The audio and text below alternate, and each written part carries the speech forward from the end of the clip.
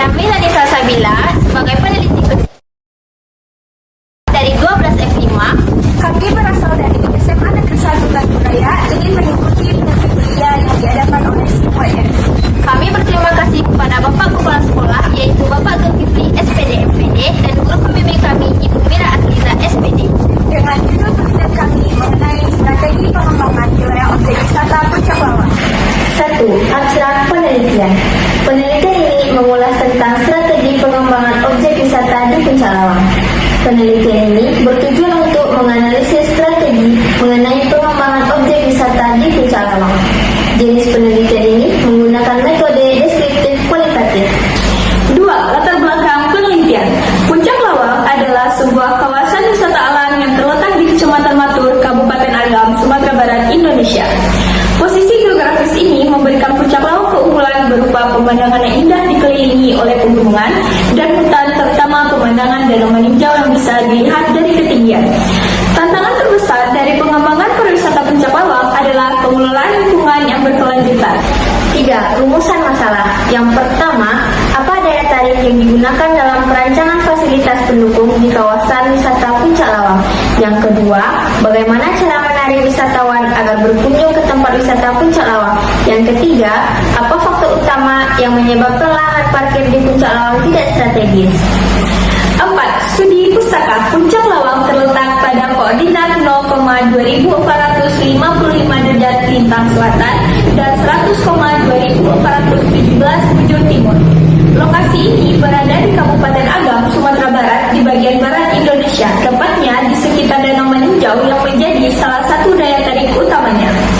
Dampak pariwisata Puncak Lawang terhadap masyarakat di sekitar dapat dibagi menjadi dua. Yang pertama, dampak positif. Pariwisata dapat meningkatkan pendapatan masyarakat melalui usaha kecil. Yang kedua, dampak negatif. Masuknya budaya luar dapat mempengaruhi nilai-nilai tradisi masyarakat setempat.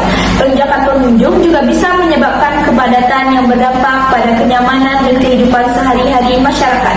Aktivitas pariwisata yang tidak terkelola dengan baik dapat merusak lingkungan seperti pencemaran dan kerusakan ekosistem.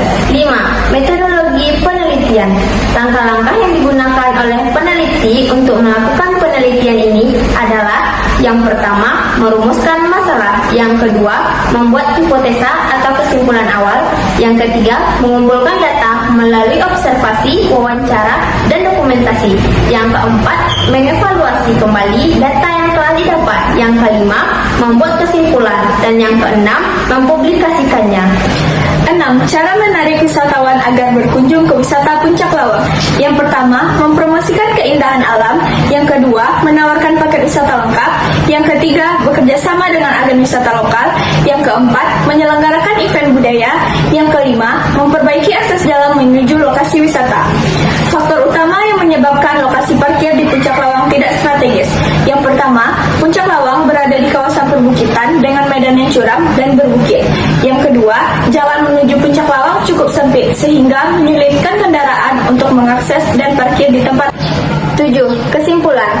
Dari penelitian yang telah dilakukan, maka dapat disimpulkan bahwa: pertama, daya tarik utama yang menjadikan pariwisata Puncak Lawang adalah keindahan panorama alam yang spektakuler, fasilitas rekreasi alam yang bisa memanfaatkan topografi kawasan. Yang kedua, cara menarik wisatawan agar berkunjung ke wisata Puncak Lawang dengan cara promosi digital.